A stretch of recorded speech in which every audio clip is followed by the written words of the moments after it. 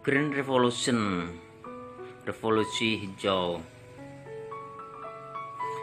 Revolusi hijau di Indonesia dimulai tahun 1974 dan luar biasa sekali dampaknya daripada revolusi hijau ini, dan dampaknya yaitu menggunakan pupuk dan pestisida anorganik luar biasa dalam jangka panjang.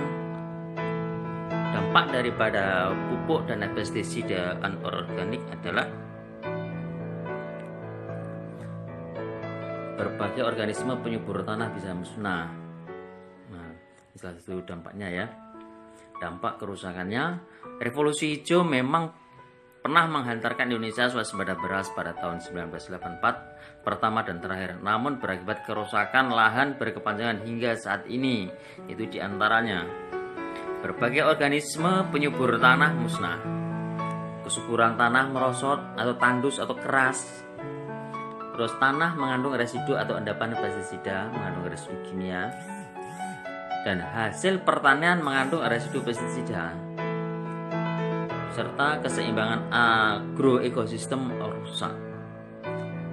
Dan yang terakhir adalah terjadi ledakan serangan hama dan penyakit tanaman yang luar biasa sampai saat sekarang ini.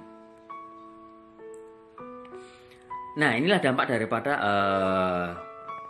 zat kimia anorganik dalam jangka panjang, dari tanah jadi tandus, jadi keras dan kurang subur, dan banyak sekali organisme-organisme penyubur tanah yang alami itu meninggal dunia, mati.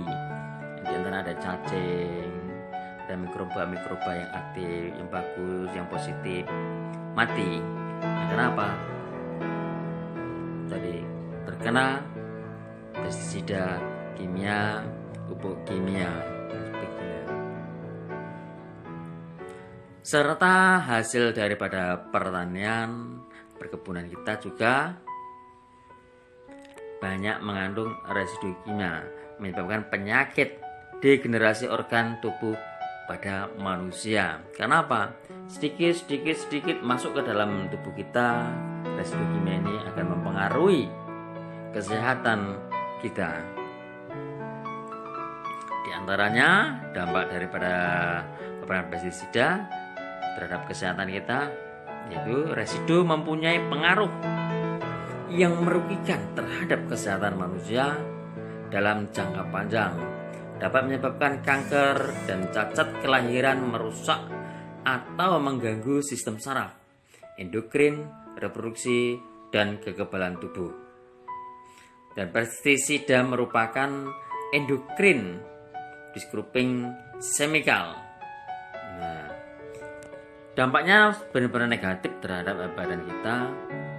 Dampak negatif, kenapa? Mengganggu peredaran darah kita, karena zat kimia tadi hanya juga bisa mengganggu organ yang ada di dalam tubuh kita, apalagi kita konsumsi dalam jangka panjang. Dan juga banyak sekali terjadi kematian yang ada di lahan, di sawah dan sebagainya.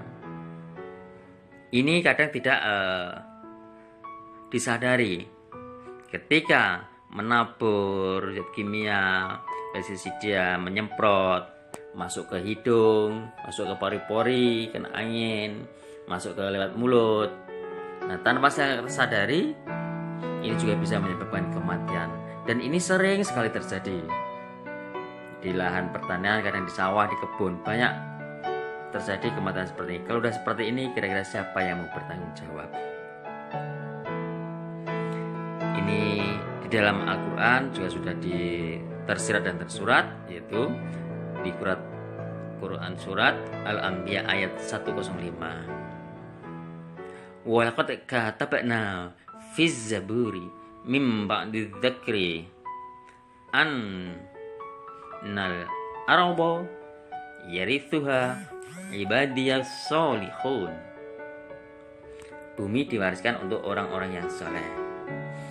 katanya, dan sesungguhnya dan sungguh telah kami tulis di dalam Zabur setelah tertulis di dalam Az-Zikr Lauhul Mahfuz bahwa bumi ini akan diwarisi oleh hamba-hambaku yang saleh.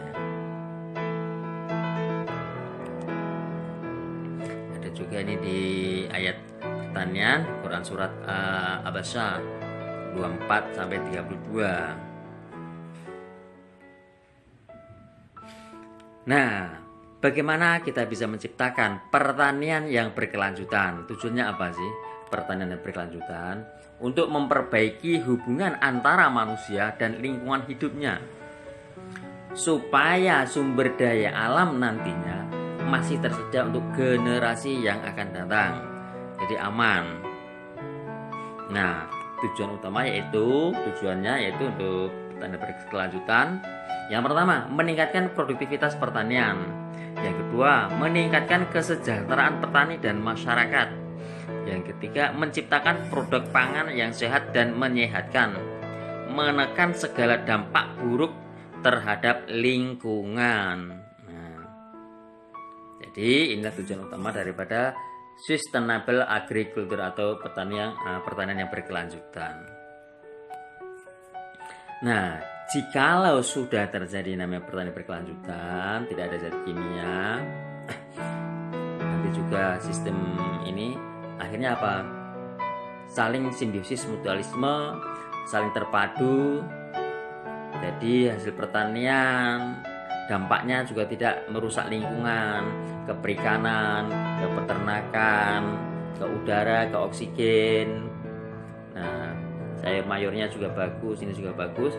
Endingnya kemana? Nah, endingnya nanti adalah ke kita sebagai orang atau manusia sebagai pengkonsumsi. Nanti juga aman, lingkungan juga aman. Nah, inilah kalau kita sudah berpikir bagaimana sih kita bertani atau berkebun saling berkesinambungan, berkelanjutan. Jadi tidak ada dampak negatifnya. Nah, solusinya apa kira-kira? Solusinya mau tidak mau kita harus kembali ke organik. Nah, kenapa? Dengan organik akan aman untuk jangka panjangnya. Makanya kita kembali